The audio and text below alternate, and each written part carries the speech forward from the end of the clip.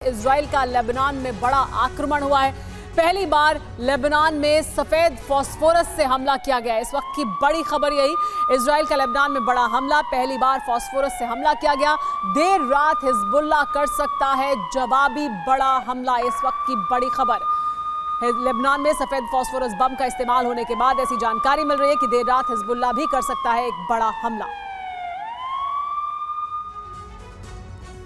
Gaza की जंग में अब तक अमेरिका खुले तौर पर इजराइल का साथ दे रहा था। अब वही सुपर पावर नेतन्याहू के एक टॉप सीक्रेट वॉर प्लान से खौफ में है।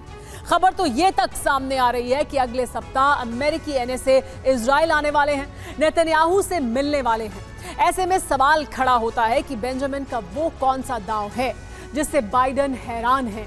तो आपको बता दें कि अगर नेतन्याहू का नेक्स्ट वॉर प्लान कामयाब रहा तो गाजा से वेस्ट बैंक तक आईडीएफ का कब्जा हो जाएगा, इजरायली फ्लैग लहराएगा। इतना ही नहीं, जॉर्डन, मिस्र और सीरिया फिलिस्तीनियों का नया पता बन जाएगा।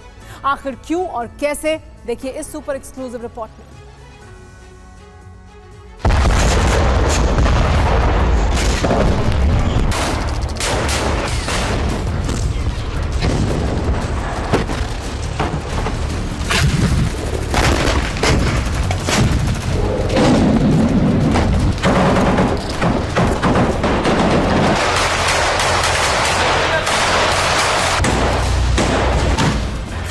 सीज फायर पर वीटो लग चुका है। युद्ध विराम की आशंका जमींदोज हो चुकी है।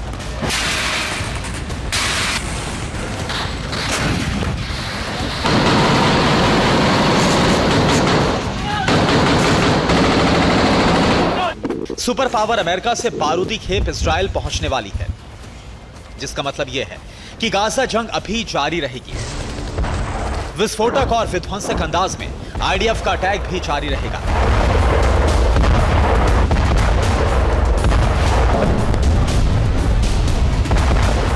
मगर इसी बीच नेतन्याहू के नेक्स्ट वॉर प्लान से जुड़ा सनसनीखेज खुलासा हुआ है। वो ये है कि गाजा पट्टी से लेकर वेस्ट बैंक तक इजराइल का कब्जा होगा। इसके लिए आईडीएफ गाजा और वेस्ट बैंक पर भीषण अटैक करेगी। गाजा और वेस्ट बैंक के लोगों का पलायन दूसरे देशों में होगा। मिशन को पूरा करने के लिए नेतन्याहू ने सीक्रेट कमेटी भी बनाई है।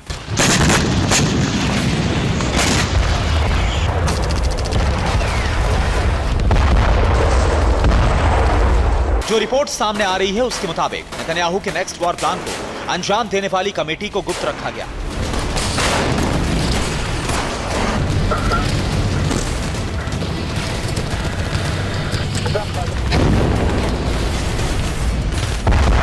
ताकि किसी को भनक लगे बिना नेतन्याहू अपने मकसद में कामयाब हो पाए।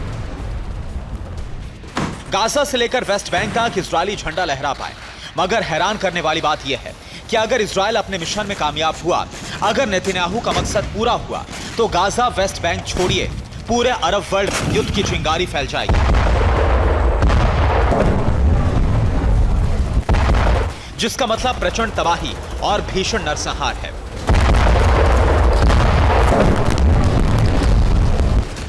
अब सवाल यह है कि आखिर नेतन्याहू की सीक्रेट कमेटी का नेक्स्ट वॉर प्लान, ब्लूप्रिंट आखिर है क्या?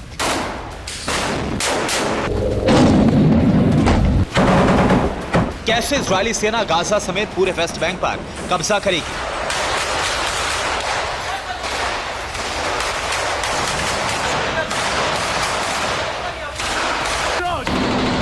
कैसे प्रधानमंत्री बेंजामिन नेतन्याहू का इजराइल विस्तार का प्लान कामयाब होगा?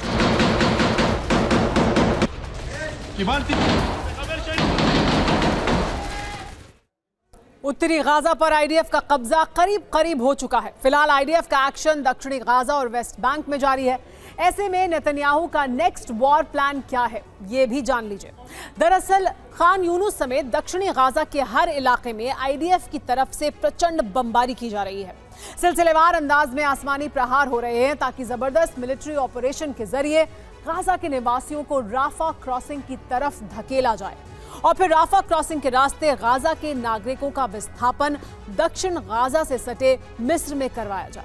फिलहाल लाखों की तादाद में गाजा के लोग राफा बॉर्डर के पास मौजूद रेगिस्तानी इलाके अल बयूक और शौकत अल सूफी के बीच फंसे हुए हैं। वहीं दूसरी तरफ दक्षिणी गाजा की तरह इजरायली सेना वेस्ट बैंक पर भी ताबड़तोड़ अंदाज में हमले कर रही है और इस बमबारी के पीछे का मकसद है वेस्ट बैंक में मौजूद फिलिस्तीनियों को सीरिया और जॉर्डन बॉर्डर की तरफ धकेलना, उन्हें हर हाल में पलायन करने पर मजबूर करना। ऐसे में अगर नेतन्याहू अपने नेक्स्ट वॉर प्लान में कामयाब हो जाते हैं, अगर गाजा के साथ साथ वेस्ट बैंक भी खाली हो जाता है, वहां फिलिस्तीनियों का नामो निशान मिट जाता है, तो फिर पूरे इलाके में इजराइल का कब्जा हो जाएगा।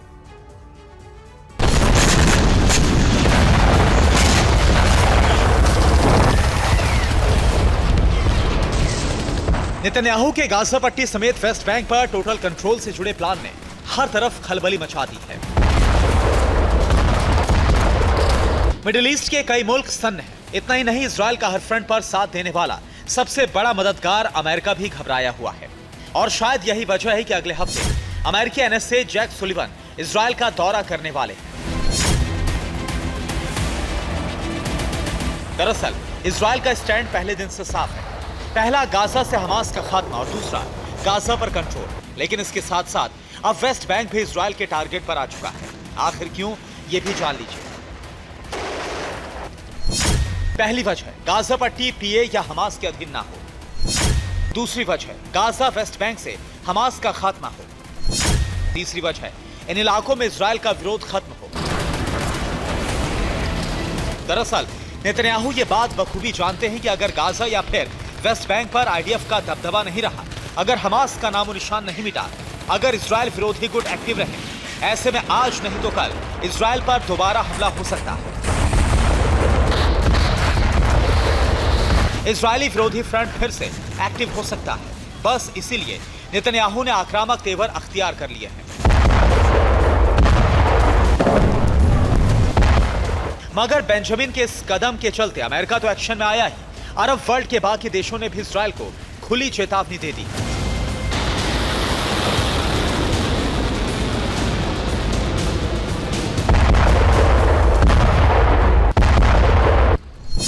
मिस्र, सीरिया और जॉर्डन ने जंग की तैयारी शुरू की। मिस्र ने राफा क्रॉसिंग के पास दीवार बनाना शुरू किया। सीरिया ने वैगनर लड़ाकों को बॉर्डर पर तैनात किया। जॉर्डन ने वेस्ट बैंक बॉर्डर पर सेना की डिप्लॉयमेंट की। जॉर्डन ने प्राइवेट आर्मी को भी बॉर्डर एरिया में तैनात किया। दरअसल जंग में अरब के तमाम देश गाजा के साथ खड़े हैं, लेकिन अरब का कोई भी देश गाजा की कमान लेने को तैयार नहीं। लेकिन दूसरी तरफ नेतन्याहू गाजा से इजराइल के लिए खतरा होने वाले सभी कारणों को और लोगों को समाप्त करने की तैयारी कर रहे हैं और इसका सबूत है गाजा में इजराइल की सैन्य कार्रवाई।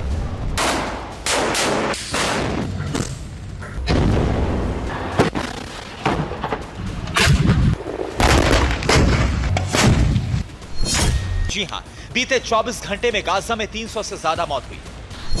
वहीं अभी तक आईडीएफ ने हमास के 7,000 लड़ाकों को मारा। बीते 12 दिनों में हमास के 3,500 टारगेट तबाह किए गए। वहीं 7 अक्टूबर से अभी तक 22,000 टारगेट तबाह करने का दावा।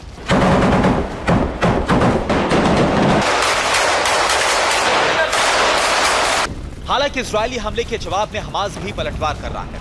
अभी तक आईडीएफ के 500 से ज्यादा सैनिकों को मारने का दावा कर रहा है।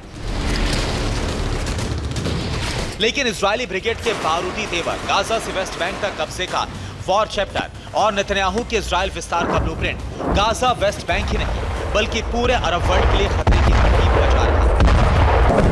गाजा में आसमान से गिराए गए हथियार। इस वक्त की बड़ी खबर, इजराइल ने 7 टन हथियार आसमान से गिराए हैं। इजरायली सैनिकों को पहुंचाए जाएंगे ये हथियार। 2006 के बाद पहली बार हथियार एयर ड्रॉप किए गए हैं। देखिए किस तरह से एयर ड्रॉप किए जा रहे हैं इजरायली सैनिकों के लिए ये हथियार। 2006 के बाद पहली बार हथियारों को एयर ड्रॉप किया जा रहा है, यानी सीधे सैनिकों तक पहुंचाया जा रहा है, लेकिन एयर ड्रॉप के जरिए। किस तरह से प्लेन से इन हथियारों को पैराशूट के जरिए एयर ड्रॉप किया गया।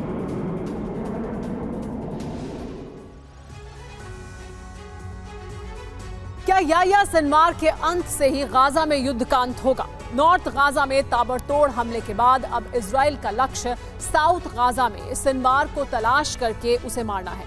माना जा रहा है कि हमास के सबसे बड़े चेहरे को खत्म करके ही हमास के खात्मे के दावे पर कामयाबी की मोहर लगेगी। सिनवार गाजा में हमास का सबसे बड़ा लीडर है और इजराइल में 7 अक्टूबर को नरसंहार कराने का कसूरवार भी। इसलिए याह्या सिनवार को ढेर करने से इजराइल का बदला भी पूरा हो जाएगा और गाजा में हमास का नेतृत्व भी खत्म माना जाएगा। लेकिन तमाम कोशिशों के बावजूद सिनवार को इजरायली सेना ढूंढ नहीं सकी है। आखिर कैसे सिनवार बार बार सेना से बच जाता है, ये आप इस रिपोर्ट में देखिए।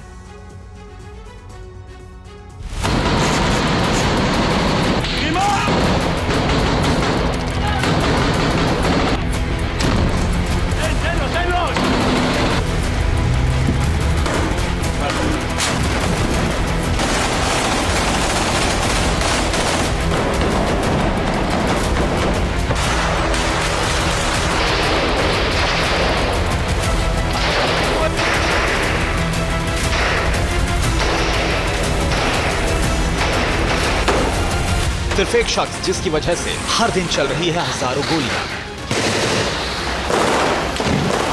सिर्फ एक टारगेट जिसकी तलाश में भटक रहे हैं इजराइल के सैकड़ों कमांडो, सिर्फ एक दुश्मन जिसने इजराइल के ऑपरेशन को इतना विध्वंसक बना दिया।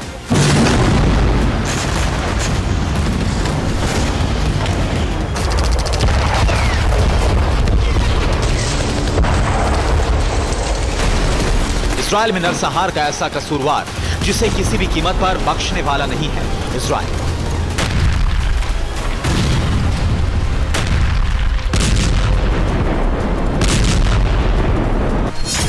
ये याह्या सिनवार है, गाजा में हमास के पॉलिटिकल विंग का लीडर। याह्या सिनवार इस वक्त इजराइल का टारगेट नंबर 1 बन चुका है और इसकी कीमत चुकाई है गाजा के लाखों लोगों ने।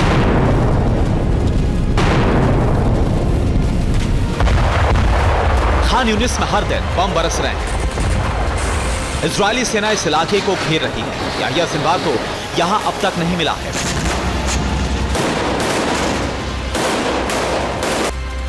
लेकिन हजारों लोगों ने अपना घर जरूर गंवा दिया है।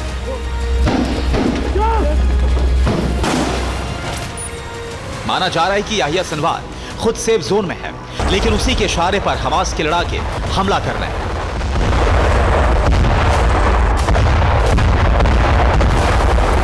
और हर दिन इजरायली कमांडो की गोलियों का शिकार बन रहे हैं। अब इजरायली पीएम ने जाहिर कर दिया है कि उनका लक्ष्य हमास के हर लड़ाके को मारना नहीं, बल्कि याह्या सिनवार को उसके किए की सजा देना है।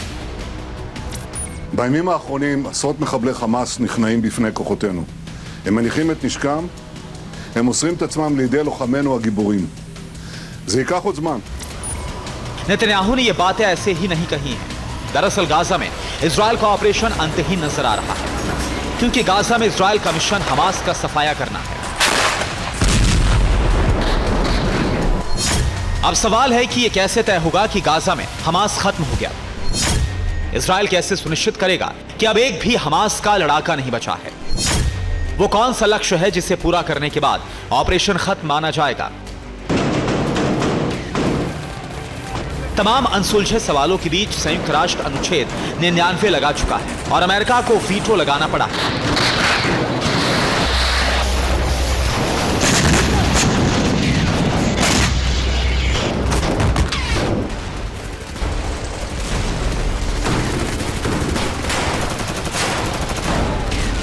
पूरी दुनिया से युद्ध विराम की मांग हो रही है। गाजा में लोगों तक खाने पीने का सामान तक नहीं पहुंच पा रहा।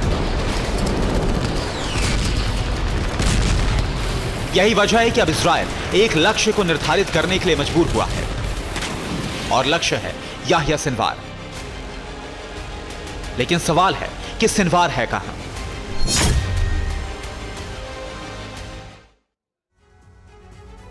याह्या सिनवार को पकड़ने के लिए खुफिया जानकारियों की कड़ियों को जोड़ा जा रहा है। इजरायली सेना को सीज फायर के बाद जानकारी मिली कि सिनवार उत्तरी गाजा से दक्षिण गाजा भाग गया है। सिनवार भागने के लिए सिविलियन काफिले में छिप गया था। इसके बाद खुफिया जानकारी आई कि सिनवार दक्षिण गाजा के खान यूनुस में छिपा है, क्योंकि यही सिनवार का पैतृक घर है। इसके बाद इजरायली सेना दक्षिण गाजा में खान यूनुस पहुंची और पता चला गली नंबर 5 नॉर्थ वेस्ट सिनवार के घर का पता है। ये भी पता चला कि यहाँ के दार एस सलाम हॉस्पिटल के नीचे बंकर है जहां वो छिपा हो सकता है। खान यूनुस की घेराबंदी जारी हुई। अब इजराइल को जानकारी मिली है कि खान यूनुस में सुरंग का नेटवर्क है और सिनवार सुरंगों में ठिकाना बदल रहा है। ये भी पता चला कि यहाँ जमीन के 20 मीटर नीचे एक सीक्रेट कमांड सेंटर भी है जिसमें सिनवार हो सकता है। अब चुनौती है सिनवार को यहीं घेरना है, क्योंकि सीक्रेट इनपुट यह भी है कि सिनवार राफा बॉर्डर से भागने की कोशिश करेगा। सिनवार ने चकमा देने के लिए पहचान और हुलिया बदल लिया है।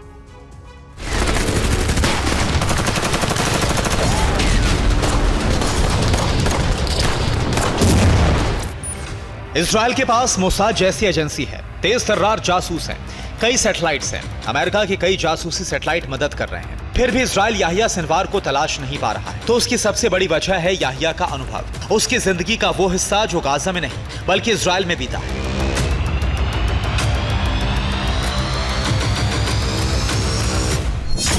बाईस साल तक सिनवार इजराइल की जेल में रहा। सिनवार को उम्मीद नहीं थी कि वो कभी रिहा होगा। सिनवार की इजराइल के कई कैदियों से दोस्ती हुई। सिनवार इजराइल में जेल के कर्मचारियों से बात करता था। 22 साल तक इजराइल में रह चुके याहिया सिनवार को इस देश की सुरक्षा व्यवस्था, अपराधियों को पकड़ने का तरीका और आर्मी से लेकर नागरिक तक की सोच के बारे में बहुत ज्यादा जानकारी है। माना जाता है कि याहिया ने जेल में रहते हुए दूसरे कैदियों से उनके पकड़े जाने की जो कहानी सुनी, उसी से उसे मोसाद और आर्मी के काम करने के तरीके के बारे में कई जानकारियां मिली। अब याहिया सिनवार अपने उसी अनुभव का इस्तेमाल कर रहा है।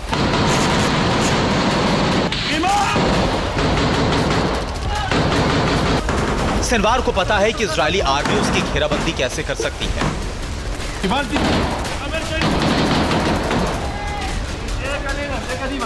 याहिया सिनवार ने जेल में रहते हुए हिब्रू भाषा सीखी थी।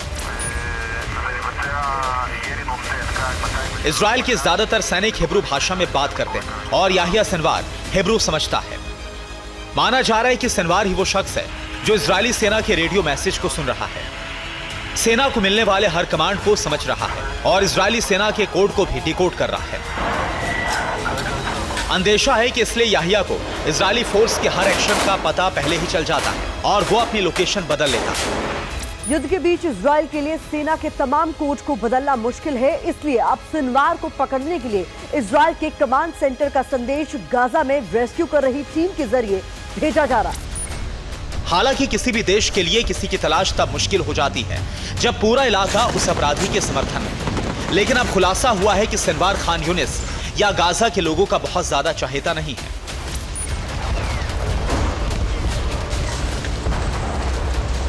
हमास के लड़ाके भले ही सिनवार के हर ऑर्डर को मानते हो, लेकिन गाजा के आम लोग अब सिनवार की मौत में ही अपनी भलाई समझ रहे हैं। ये तस्वीर गाजा में चल रही हमास की सरकार के पूर्व संचार मंत्री की है। पूर्व मंत्री योसेफ अलमांसी के मुताबिक याहिया सिनवार खुद को तानाशाह समझता है। हमास के लड़ाके सिनवार को पसंद नहीं करते। कभी गाजा में सिनवार का एक भी समर्थक नहीं देखा है। लोग सिनवार से मुक्ति पाने के लिए प्रार्थना करते हैं। हमास का ये नेता इन दिनों इजराइल की गिरफ्त में है और पूछताछ के दौरान ये खुलासे हुए हैं। योसेफ अलमांसी के मुताबिक सिनवार ने इजराइल में जिस तरह का हमला करवाया, इस्लाम उसकी इजाजत नहीं देता है।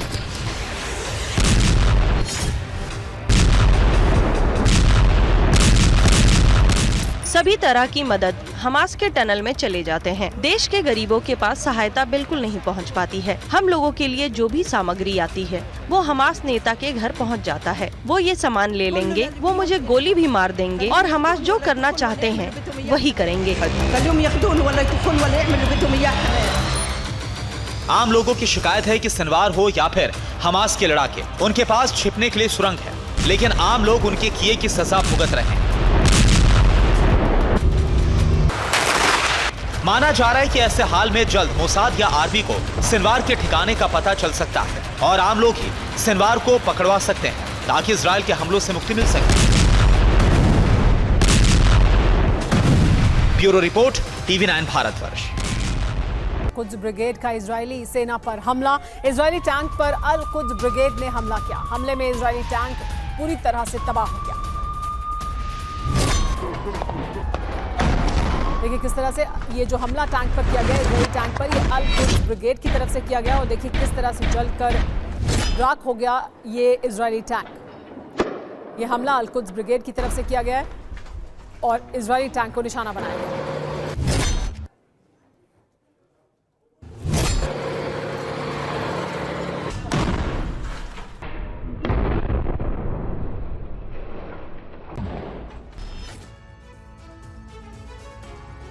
दक्षिणी गाजा में इजरायल के विध्वंसक हमले जारी हैं। हमास के कई कमांड सेंटर पूरी तरह से तबाह हो चुके हैं।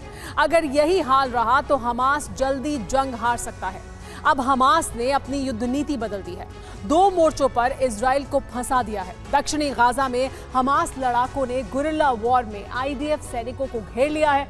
दूसरी तरफ हमास इजरायल पर 7 अक्टूबर से ही बड़ा हमला कर सकता है, यानी रक्त संहार का नया फेज शुरू हो चुका है, जिसमें दोनों तरफ से खूब बारूद बरस रहा है।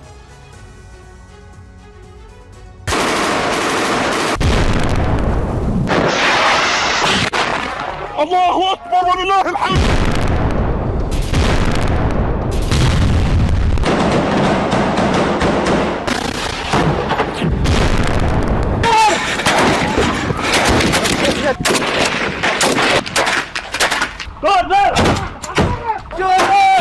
उत्तरी गाजा से लेकर दक्षिणी गाजा तक इजराइल विध्वंसक हमले कर रहा है।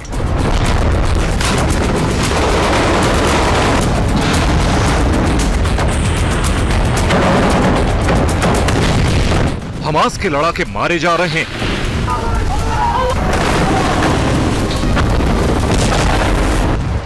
इतनी तबाही के बाद भी हमास का संपूर्ण अंत करने में इजराइल नाकाम हो रहा है।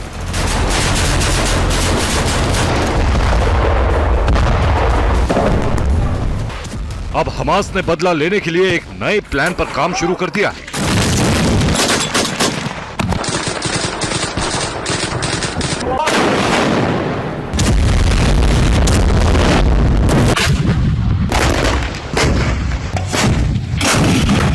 हमास की मॉडस ऑपरेंडी इस तरह है। वो एक तरफ दक्षिणी गाजा में आईडीएफ लड़ाकों को उलझा कर रखेगा, दूसरी तरफ इजराइल में विध्वंसक हथियारों से तबाही मचाएगा। यानी हमास 2 मोर्चों पर इजराइल पर बड़ा प्रहार करने वाला है।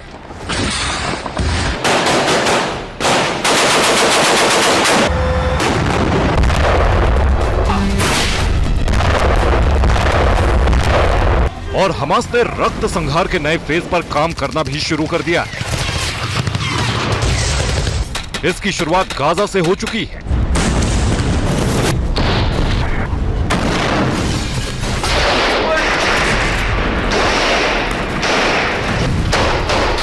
खुद हमास ने वीडियो जारी करके अपने मंसूबे जाहिर कर दिए हैं। अल्लाहु अकबर वलिल्लाहिल हम्द। इस वीडियो में देखिए कैसे इजरायली सैनिकों पर हमास का लड़ाका रॉकेट दागता है। सैनिक एक घर के पास पहुंचते हैं, तभी एक खंडर हो चुके घर से रॉकेट दागा जाता है। तेज धमाका और आग की लपटों में इजरायली सैनिक खाक।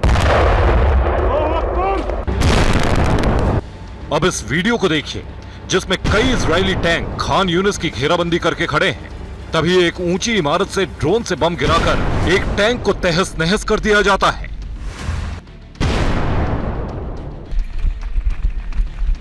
खान यूनिस के रिहायशी इलाकों में इजरायली सैनिक टैंक लेकर जा घुसे हैं, लेकिन हमास लड़ाकों को पकड़ नहीं पा रहे, जबकि हमास के लड़ाके छुप छुप कर निशाना बना रहे हैं। देखिए कैसे रॉकेट से एक टैंक को उड़ा दिया। इसके अलावा बड़ी इमारतों को तोड़ने के लिए आईडीएफ ने बुलडोजर और टैंक दक्षिणी गाजा में उतार दिए हैं। घेराबंदी के बावजूद हमास लड़ाके पकड़ में नहीं आ रहे, जबकि वो जवाबी हमले में इजराइल को नुकसान पहुंचा रहे हैं। देखिए कैसे बुलडोजर पर रॉकेट दागकर उसे पूरी तरह तबाह कर दिया। अल्लाहु अकबर वलिल्लाहिल हम्द।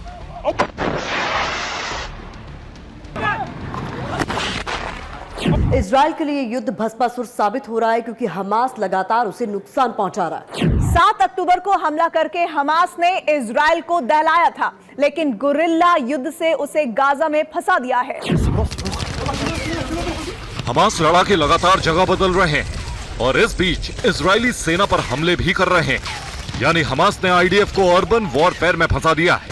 हमास के लड़ाके हमला करते हैं और भाग जाते हैं। इसके अलावा आईडीएफ सैनिकों की घेराबंदी भी की जा रही है। और फिर मौका मिलते ही घात लगाकर बैठे हमास लड़ाके सरप्राइज अटैक कर रहे हैं। खास बात ये कि हमास लड़ाकों के पास विध्वंसक हथियार भी है, जिससे वो हमले करके आईडीएफ सैनिकों को करारा जवाब दे रहे हैं। इतना ही नहीं, हमास के जाल में आईडीएफ सैनिक बुरी तरह फंस गए हैं। हमास ने टॉय ट्रैप बिछाया है, जिसमें वो तहस नहस हुई बिल्डिंग में खिलौनों और दूसरे सामान में बम छुपाकर छोड़ जा रहे हैं, जिससे आईडीएफ सैनिक आए तो बम से उड़ जाएं। ये एक वीडियो सामने आया है जिसमें हमास के टॉय ट्रैप का खुलासा हुआ है। एक टेडी बियर के अंदर से बम और AK-47 मिली। अगर आईडीएफ सैनिक ने गोली चलाई होती तो टेडी बियर में रखा बम फट सकता था। इतना ही नहीं, हमास के लड़ाकों को लगातार हथियार मिल रहे हैं, जिससे वो इजराइल को दहलाने की तैयारी में है। जबकि दक्षिणी गाजा में घेराबंदी करने आए इजरायली सैनिक खुद हमास के चक्रव्यूह में घिर गए हैं।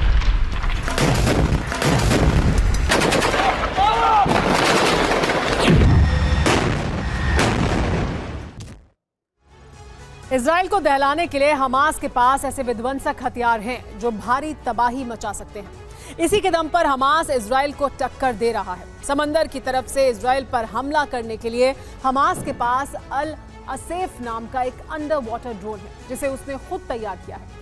अल असेफ में गोप्रो स्टाइल कैमरा लगा है। ये एक गाइडेड टॉर्पीडो की तरह काम करता है, जो मल्टीपल टारगेट को ध्वस्त कर सकता है। इसके अलावा M90 मल्टीपल रॉकेट लॉन्चर है, जो 8 रॉकेट स्लॉट के जरिए 90 किलोमीटर की रेंज में टैंक आर्मर्ड व्हीकल को तहस नहस कर सकता है। इसी रॉकेट लॉन्चर के जरिए हमास इजराइल पर लगातार हमले कर रहा है। इतना ही नहीं, हमास क्लस्टर बॉम्ब की ताकत से भी लैस है। रॉकेट से एक साथ कई छोटे छोटे बॉम्ब गिराए जा सकते हैं, जिससे एक बड़े इलाके में बमबारी की जा सकती है। इसमें टाइमर लगा होता है, जिससे तय वक्त पर टारगेट के पास धमाका हो। ये इतना विध्वंसकारी है जिस तरह से ये कई देशों में प्रतिबंधित है।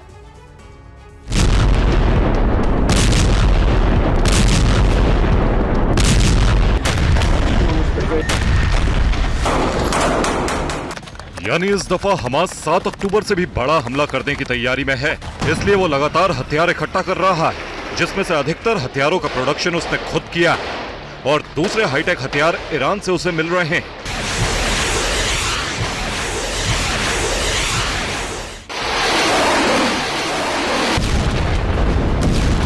हमास की अल-अक्सा ब्रिगेड ने कई वीडियो जारी किए हैं, जिसमें विध्वंसक हथियारों को दिखाया गया है। विध्वंसकारी क्लस्टर बम और उसे दागने वाले रॉकेट का एक वीडियो सामने आया है, जो हमास के खौफनाक मंसूबे जाहिर कर रहा है। यही वो वीडियो है जिसमें M90 रॉकेट की बड़ी खेप दिखाई है, जिसमें रेगिस्तान में हमास का एक सैन्य बेस दिख रहा है, जहां एक साथ 5 LM90 रॉकेट लॉन्चर तैनात हैं। फिर उसमें बारी बारी से रॉकेट लोड किए जाते हैं, जिसके बाद उसे इजराइल की दिशा में दागने की तैयारी की जाती है। इस वीडियो के जरिए हमास दिखाना चाहता है कि वह पहले से ज्यादा ताकतवर हो चुका है, वो कभी भी इजराइल को दहला सकता है। हमास की अल-कस्साम ब्रिगेड ने दावा भी किया है, पिछले 24 घंटे में हमने 21 इजरायली सैन्य वाहनों को तहस नहस कर दिया, जबकि सीज फायर के बाद से 180 मिलिट्री व्हीकल उड़ा दिए। हम इसी तरह गाजा में बमबारी का जवाब देते रहेंगे। अब हमारे पास अल यासीन की खेप भी पहुंच गई है। अल यासीन रॉकेट लॉन्चर का जिक्र अबू उबैदा ने किया है। दरअसल वो ईरान में बनाया है, जाहिर है ईरान से ही हमास को मिला है। इसी के दम पर हमास लड़ाके दक्षिणी गाजा में इजरायली सैनिकों पर ताबड़तोड़ हमले कर रहे हैं। पेंटागन की रिपोर्ट में दावा किया गया है कि हमास को ईरान से हथियार सप्लाई किए जा रहे हैं।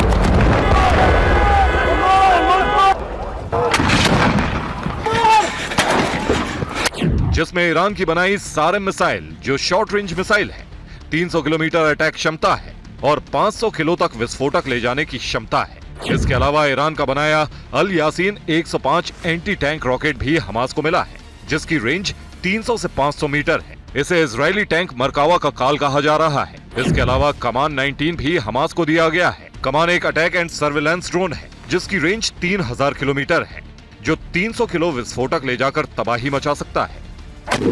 इन हथियारों के दम पर हमास दक्षिणी गाजा में इजरायली सैनिकों पर कई इलाकों में भारी पड़ रहा है। खासतौर से रिहायशी इलाकों में घुसे आईडीएफ सैनिक उनका मुकाबला नहीं कर पा रहे हैं, क्योंकि लोगों को ढाल बनाकर हमास लड़ाके हमला कर रहे हैं। कई दफा तो भीड़ में से रॉकेट दागे जाते हैं। हमास के इस युद्ध नीति के आगे इजराइल बेबस दिख रहा है। यही वजह है कि वो आग बबूला होकर बड़ी बड़ी इमारतों को जमींदोज कर रहा है। लेकिन जब तक हमला करता है तब तक हमास लड़ाके उस इमारत को छोड़कर किसी दूसरी जगह पहुंचकर आईडीएफ सैनिकों पर हमला कर देते हैं।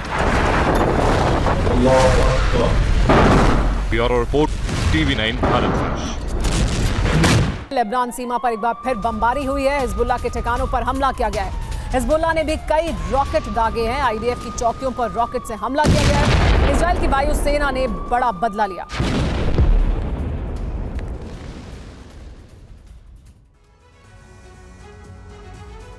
गाजा के बाद अब जंग का नया एपिसेंटर लाल सागर बनता दिख रहा है। लाल सागर में ईरान के समर्थक गुट हूती ने इजराइल के खिलाफ हल्ला बोल दिया है। हूती के निशाने पर इजराइल और अमेरिका समेत कई पश्चिमी देश हैं। लाल सागर को हूती ने इजराइल और अमेरिका के जहाजों के लिए बंद कर दिया है। हूती ने धमकी भी दी है कि जब तक गाजा पर इजराइल के हमले नहीं रुकेंगे, वो लाल सागर में पश्चिमी देशों के जहाजों पर हमले करता रहेगा। तो क्या अब लाल सागर महायुद्ध का केंद्र बनने जा रहा है?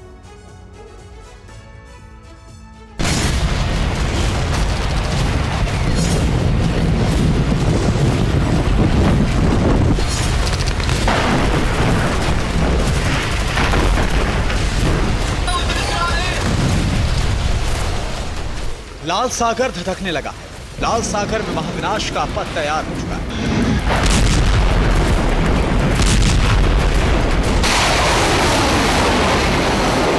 लाल सागर में हूती का आतंक बढ़ता जा रहा है। लाल सागर को अपने बारूद से खौलाने वाला हूती इजराइल के लिए नया संकट बनकर खड़ा हो गया।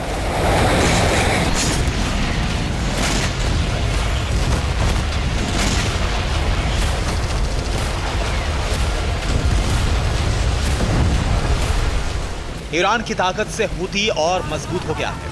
यही वजह है कि हमास और हिजबुल्लाह के बाद अब इजराइल के खिलाफ हूती के समुद्री हमले बढ़ते जा रहे हैं।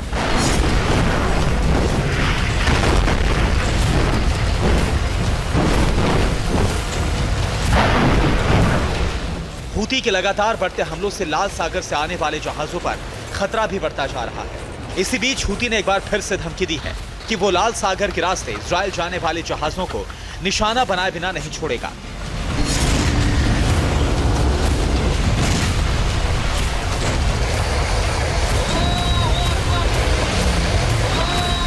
लाल सागर में हूती की धमकी का असर भी नजर आने लगा है। इजराइल का तीसरा सबसे बड़ा इलियट पोर्ट पूरी तरह से खाली हो गया है।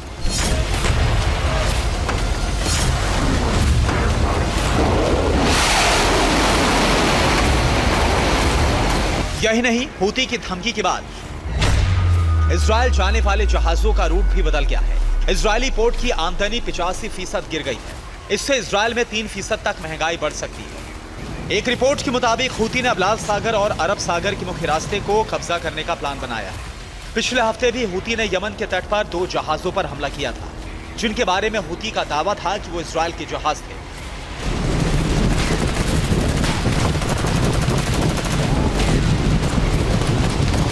पिछले महीने ही हूती ने इजराइल के एक मालवाहक जहाज को जब्त कर लिया था। अब हूती ने इजराइल को खुली धमकी दी है कि वो इजराइल के बंदरगाहों तक माल पहुंचाने वाले जहाजों को लाल सागर में ही दफन कर देगा। हूती ने इजराइल पर ड्रोन और मिसाइलों से भी हमले तेज कर दिए।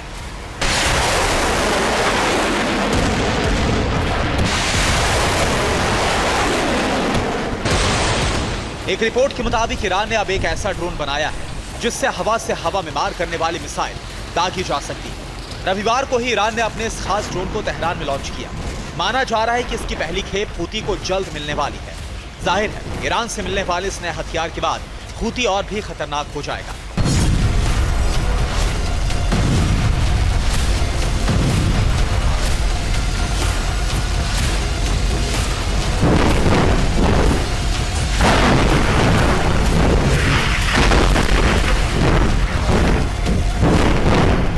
लाल सागर में हूती घेराबंदी करता जा रहा है। जानकारों का मानना है कि हमास और हिजबुल्लाह की तरह हूती के पीछे भी ईरान की शय है।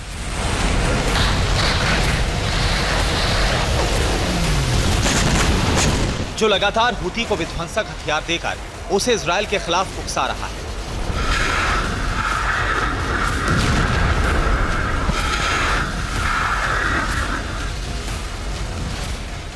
उधर इजराइल ने हूती के बढ़ते हमलों के बाद उसे सबक सिखाने की चेतावनी दी है। इजराइल ने कहा है कि उसकी फोर्स हूती के लड़ाकों का खात्मा उसी तरह से करेगी जिस तरह से उसने गाजा में हमास के लड़ाकों को चुन चुन कर मारा।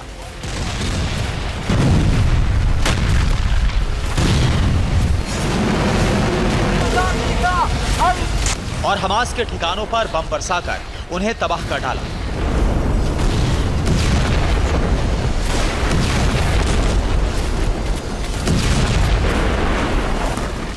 लेकिन अचानक हूती की बारूदी मुहिम से यह भी दिखने लगा है कि गाजा के बाद अब लाल सागर महायुद्ध का एपिसेंटर बनने जा रहा है।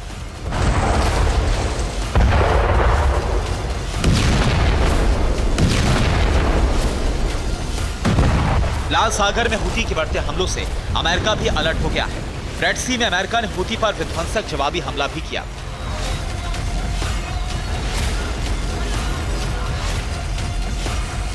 अमेरिका ने लाल सागर में कमर्शियल जहाजों पर हूती के हमलों का करारा जवाब दिया और अमेरिकी नेवी ने हूती के ड्रोन का आसमान में ही शिकार कर डाला।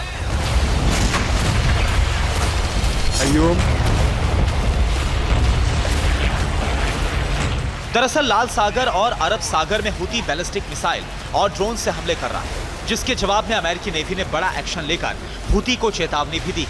एक रिपोर्ट के मुताबिक ईरानी मीडिया ने दावा किया कि 15 देश हूती पर बहुत बड़े हमले की तैयारी में हैं। इनमें America, Britain, New Zealand, Japan, South Korea, Brazil, Denmark, Bahrain, Jordan, Kuwait, Turkey, Philippines, Singapore और थाईलैंड शामिल हैं। रेड सी से हूती पर हमले के लिए टास्क फोर्स 153 तैयार है। हूती पर हमले का प्लान अमेरिका तैयार कर रहा है।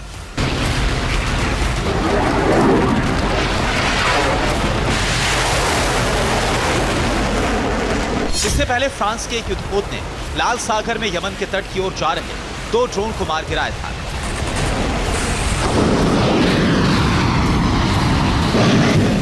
दो ड्रोन यमन की तरफ से लाल सागर में दागे गए थे, जिनके निशाने पर इजरायली कार्गो शिप था। हालांकि हमला नाकाम रहा, लेकिन उससे हूती के बारूदी मंसूबे साफ जाहिर हो गए थे। पिछले 1 महीने में हूती विद्रोहियों ने पश्चिमी देशों के कई कार्गो शिप पर बड़े हमले किए। जानकारों का मानना है कि हूती लाल सागर में अपना दबदबा चाहता है। लाल सागर में बढ़ते बारूदी विध्वंस के बाद युद्ध के जानकारों का मानना है कि अब अरब की जंग का केंद्र लाल सागर बन सकता है। हूती के समुद्री अभियान में यमन आर्म्ड फोर्स भी उसके साथ है। हूती चाहता है कि गाजा पर इजरायल हमले तुरंत बंद करे, लेकिन इजरायल तो गाजा के संपूर्ण विनाश की कसम खा चुका है। Bureau report, TV9 Bharatvarsh. एक तरफ गाजा में युद्ध रोकने के तमाम विकल्पों पर मंथन चल रहा है, तो दूसरी तरफ हूती और हिजबुल्लाह युद्ध का नया मोर्चा खुलवा सकते हैं। लेबनान बॉर्डर और सीरिया में इजरायल के हवाई हमलों के बीच हिजबुल्लाह के लिए चेतावनी जारी कर दी गई है। हिजबुल्लाह को इजरायल की सीमा से 30 किलोमीटर दूर लौट जाने के लिए कहा गया है।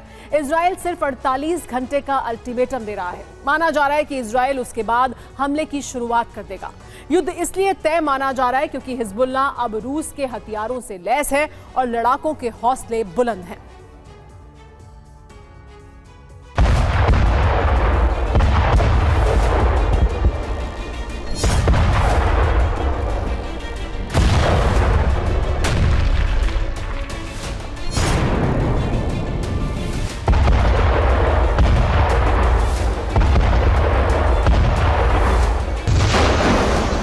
बस 48 घंटे और फिर शुरू हो सकता है इससे भी बड़ा प्रहार।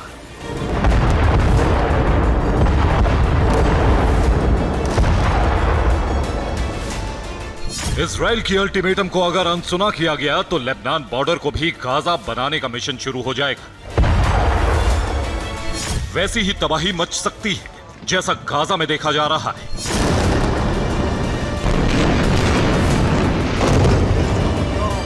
क्योंकि जो गलती 7 अक्टूबर को हुई उसे दोहराना नहीं चाहता इजराइल।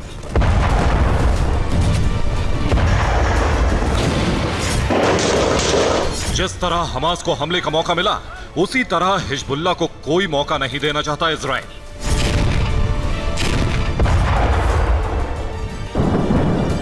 हिजबुल्लाह की बढ़ती ताकत और लगातार इजराइल पर हो रहे हमले की कोशिश के बीच इजराइल ने चेतावनी जारी कर दी है।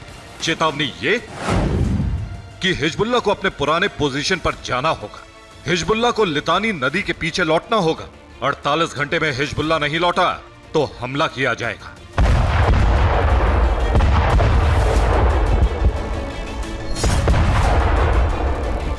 एक तरफ चेतावनी जारी की गई है तो दूसरी तरफ इजरायली सेना एक युद्ध की तैयारी में जुट गई है।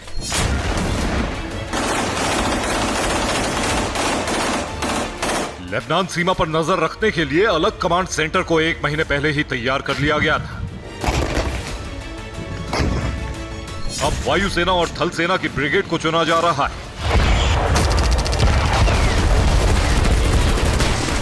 वायुसेना ने एक बड़े हमले की तैयारी कर ली है, जिसके तहत ऑर्डर मिलते ही साउथ लेबनान में गाजा की तरह भयंकर बमबारी की शुरुआत कर दी जाएगी।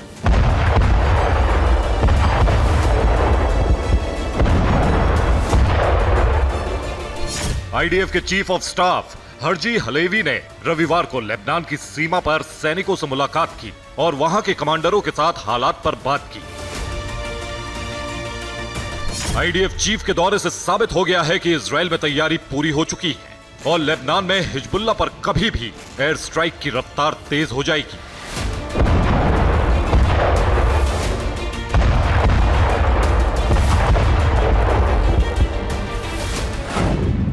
रविवार को हिजबुल्लाह ने कई रॉकेट हमले किए।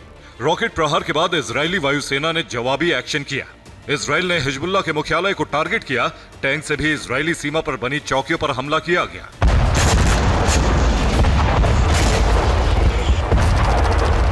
हिजबुल्लाह को युद्ध का ट्रेलर दिखाने के साथ ही इजरायली सीमा से 30 किलोमीटर दूर चेतावनी दे दी गई है।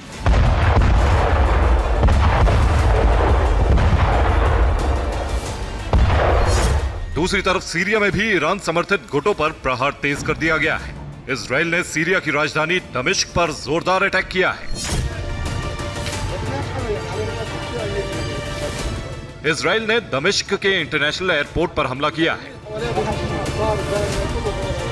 इजराइल के अल्टीमेटम के बाद लेबनान बॉर्डर पर तनाव का बढ़ना तय माना जा रहा है, क्योंकि हिजबुल्लाह को रूस से हथियारों की सप्लाई हो चुकी है। रिपोर्ट के मुताबिक हिजबुल्लाह को रूसी डिफेंस सिस्टम पंजशीर की सप्लाई हुई है। हिजबुल्लाह के पास रशियन S-200 मिसाइल सिस्टम है। रूस से कई शॉर्ट रेंज की मिसाइल मिलने की आशंका है। अमेरिका की सीक्रेट रिपोर्ट के मुताबिक इब्राहिम रईसी और पुतिन ने हिजबुल्लाह को पूरी मदद का भरोसा दिया है। यही वजह है कि हिजबुल्लाह इजराइल को लगातार युद्ध के लिए ललकार रहा है।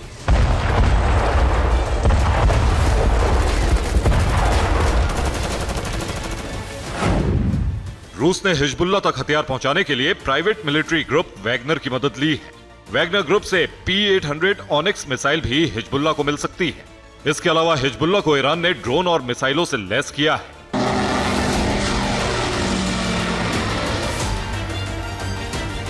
आशंका है कि 48 घंटे बीतने के बाद अगर इजराइल ने हिजबुल्लाह के ठिकानों पर प्रहार किया तो हिजबुल्लाह भी मिसाइलों से इसका जवाब दे सकता है।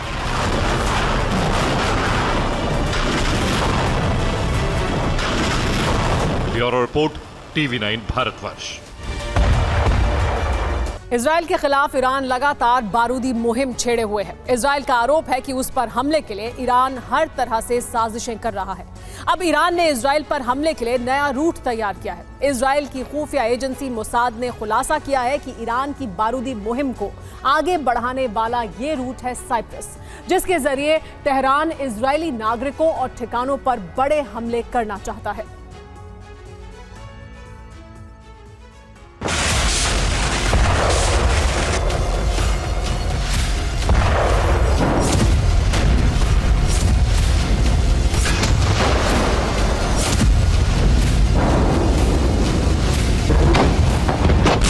इजराइल को घेरने के लिए और उस पर हमले के लिए ईरान नए नए रास्तों को आजमा रहा है।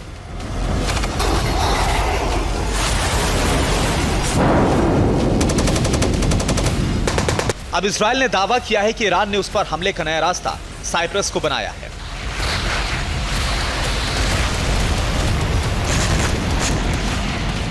ईरान को लेकर नए दावे चौंकाने वाले हैं, लेकिन खुद इजराइल के प्रधानमंत्री बेंजामिन नेतन्याहू के कार्यालय की तरफ से कहा गया है कि गाजा युद्ध शुरू होने के बाद ईरान इजराइल के खिलाफ इस तरह की साजिशों को लगातार अंजाम दे रहा है।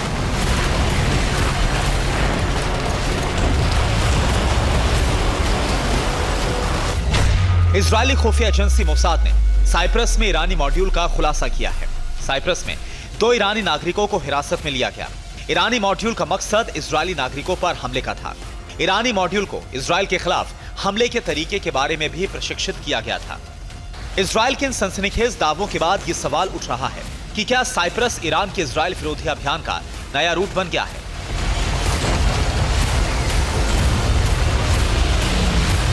उधर तेहरान ने साइप्रस में इजरायली नागरिकों पर हमले की किसी भी साजिश के पीछे अपना हाथ होने से साफ इंकार किया। लेकिन यह पहली बार नहीं है कि इजरायल ने साइप्रस में अपने नागरिकों पर योजनाबद्ध हमलों की चेतावनी दी है और इस साजिश में ईरान के शामिल होने का खुलासा किया है। जून में भी साइप्रस में इजरायली ठिकानों पर ईरान के हमले को नाकाम कर दिया गया था। गाजा युद्ध शुरू होने के बाद ईरान के साथ तुर्की भी इजरायल के खिलाफ मोर्चा खोले हुए है। लेकिन हकीकत यह है कि उत्तरी साइप्रस पर खुद तुर्की कब्जा करके बैठा है। लेकिन दक्षिणी साइप्रस इजरायल का समर्थक माना जाता है। जानकारों का मानना है कि उत्तरी साइप्रस तुर्की के अधीन होने की वजह से ईरान को इजरायल के खिलाफ हमले के लिए यहां पर एक नया रूट मिल गया है।